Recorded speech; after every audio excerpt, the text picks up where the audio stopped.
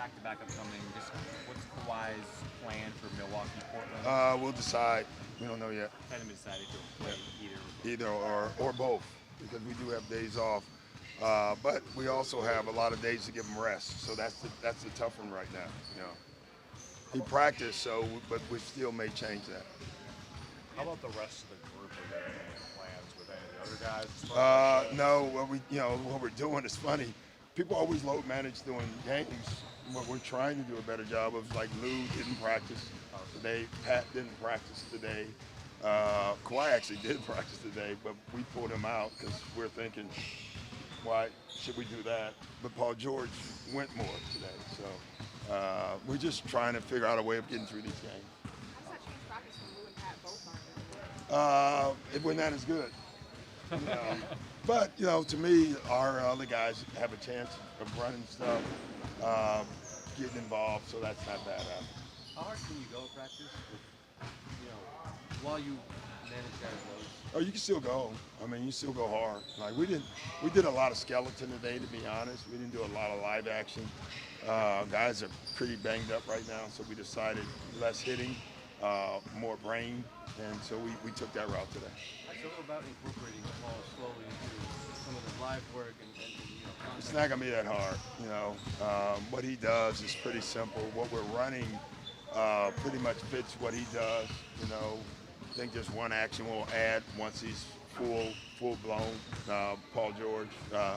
Other than that, we basically have the package in for him. We just have to run it a whole bunch. So there's nobody to simulate what Paul and George are doing? No. It's not that big. Kawhi can simulate it, but we want him to be Kawhi. So. It's obviously earlier, but how do you view Milwaukee in the context of all the other Good Eastern Conference teams? I don't know, honestly. I think they're the favorites, right? I don't know that. I think so. So that's how we should view them.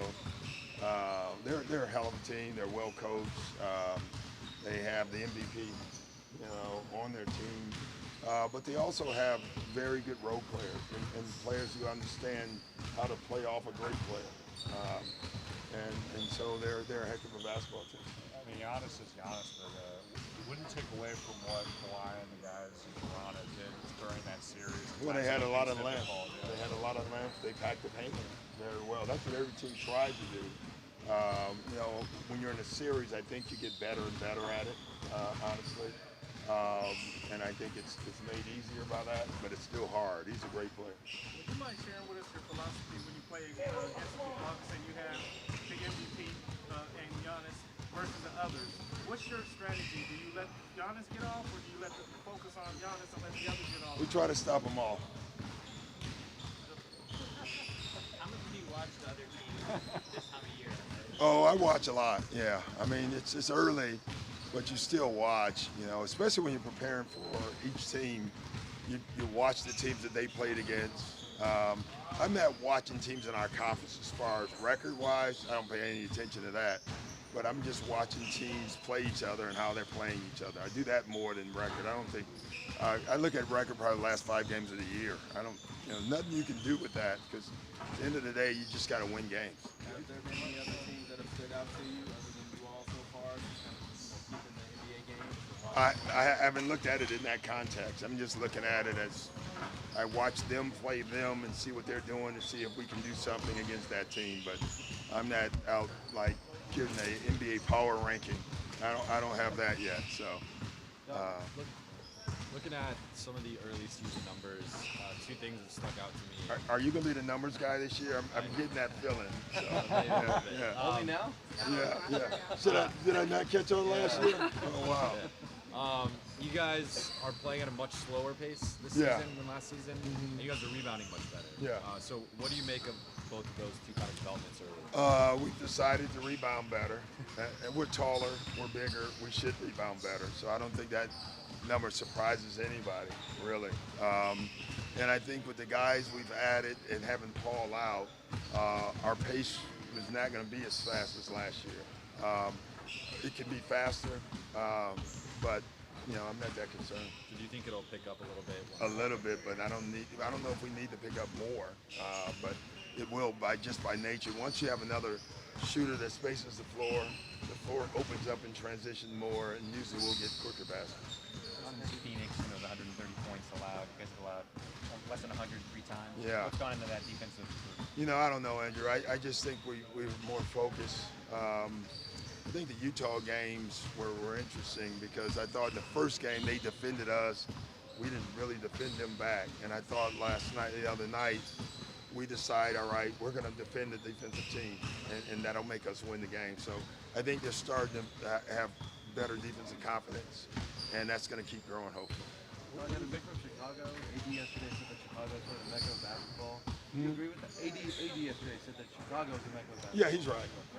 Yeah, it's not even a question. No, I really believe that. No, Chicago is the mecca of basketball. Specifically, is it Chicago or Proviso East? That's the But mecca? Proviso East is the mecca, but the mecca of basketball is absolutely Chicago players. New York gets all the rub, which I don't get, but Chicago it's not even close. No, it's not close. It's great. You play, you know everybody. You play against everybody. I mean, how many kids can say, unless you grew up in Chicago, you can have a pickup game out on the park with Isaiah Thomas, Terry Cummins, Maurice Cheeks, Mark Aguirre, Darrell Walker. Those are all, there's not a lot of pickup games like that in your same grade. That's every year. That's called Chicago basketball. If you talk to Pat Bev, he thinks he's the only one that came out of Chicago. Yeah, well, he is the only one that announces that he's from Chicago instead of his college. Took me a year to pick up on that too, by the way.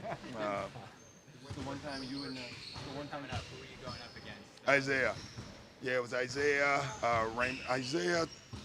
Darrell Walker, Craig Hodges, Mark Aguirre, Terry Cummins. I think on our all-state team of the 12 guys, I think 10 made it to the pros. So, Isaiah.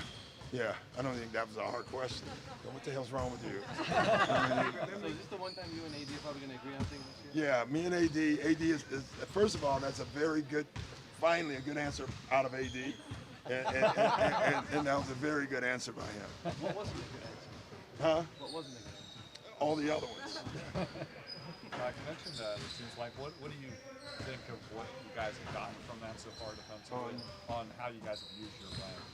It's been great, just the length. I don't know, it's funny. I don't know how you use it. You use it because you are, and I think that's really helped. I think just, when you're shooting over taller guys, it just makes it harder to make shots, and that's us in a nutshell. And we're about to get longer, which is good for us. Have you ever seen anyone with the ability to just rip someone like Kawhi? No, he's had like 3 or 4 of them that just, when you see your own guys shaking their heads, it's a pretty spectacular play. So, is Jermichael talking today? All right, so ask him. No, don't, because he'll lie. But he knows. If you say the best players out of what city, is Chicago, correct? Just be honest. Thank you. All right. All right. Hey, Jermichael, you get first play tomorrow.